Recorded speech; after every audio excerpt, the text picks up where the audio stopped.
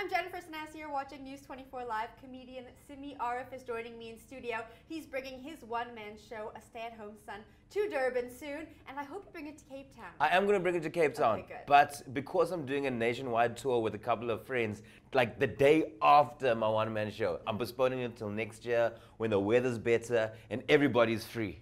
That's what I'm trying to do. I'm very excited for Yes, that. please, you have to come. I'm going to make time for it. Now, Forbes magazine said you're a person to watch.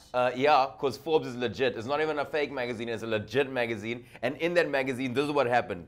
3-page spread, right? First page.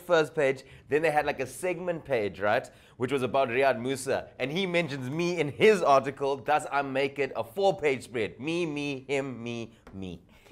What was that like for you? To be in Forbes. To see yourself in Forbes? Well, you know, the lifestyle of someone as up and coming as me, we don't get shocked by these things anymore. We just expect it to happen. But it was great. My mom and dad loved it. My dad was carrying a Forbes magazine to mosque.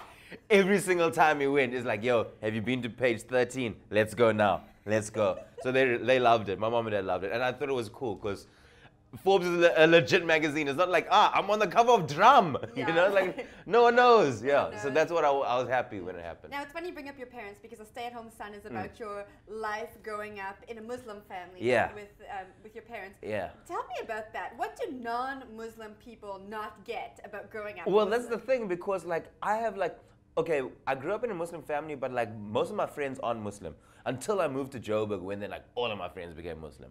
But I grew up, my majority of my life was back home in Durban. So my mom and dad, they would like do things that are different. So I noticed that like my mom and dad never asked me to leave.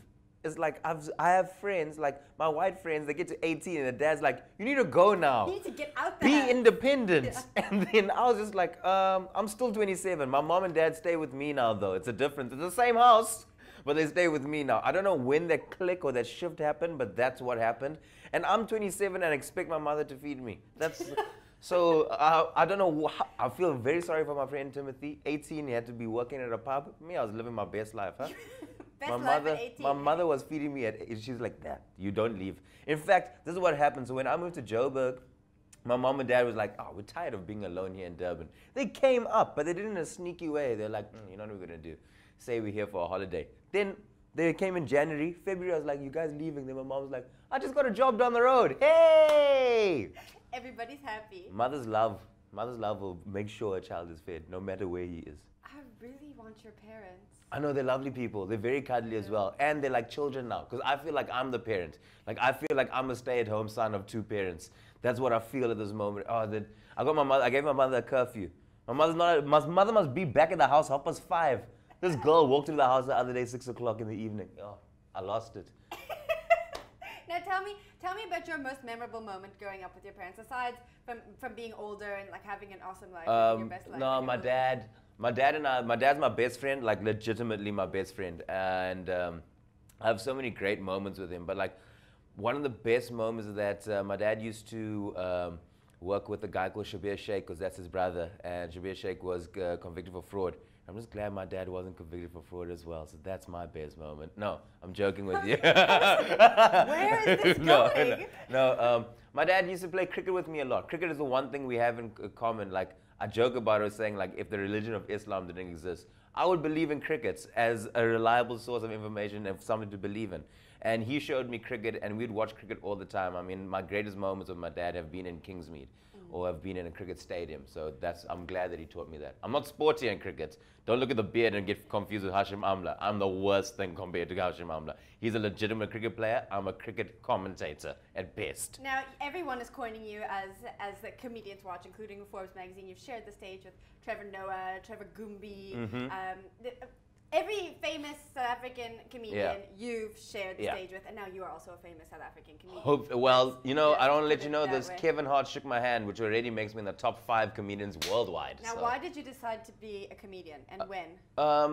I wasn't the funniest person, but I was funny. And then I saw someone on stage once do this comedy thing. I was like, I can do this thing. Then I wrote a couple of jokes down, and I did it the next week. I was like, this is great. I'm going to be successful. Ha ha. What did your parents think when you wanted to become? My dad called me a clown up until he watched me, so which was like 3 weeks ago. So, it's a new thing in our family what a comedian is. It was a clown for a very long time. I was a clown. But they're happy with it. I like studying as well. So I've got a BA. I've got an honors degree. My mom is a super studier. She's got like 5 masters. My sister's gone off to Oxford, the university. So I like to study. I want to study more. And if I wasn't a comedian, I'd probably be in academia somehow.